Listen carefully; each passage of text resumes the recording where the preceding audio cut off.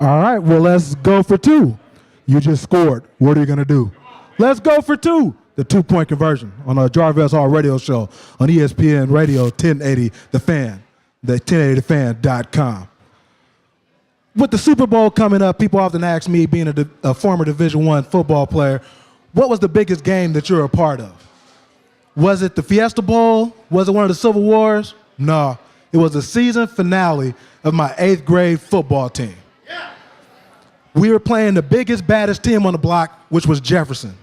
They beat every team by 50 points, and that was back before they had these, they had these mercy rules. It was back when if you got your butt kicked, you just got your butt kicked, and you had to take it.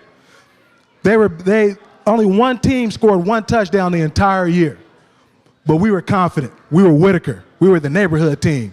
We were all the friends.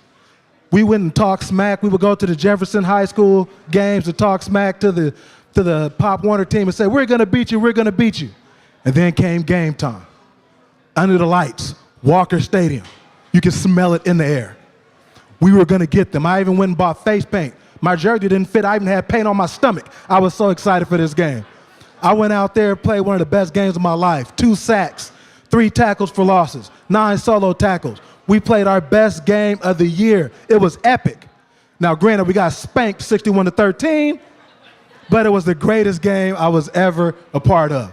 For your 2 points, one, you can never get too big for the neighborhood. No matter how big you go, you can play in the biggest stadiums in the world, but you can never get too big for the neighborhood. And number 2, every game has a winner and a loser. But the score is not the only determining factor. Thank you for listening to the Jarvez Hall Show, 1080 The Fan, 1080thefan.com, signing out.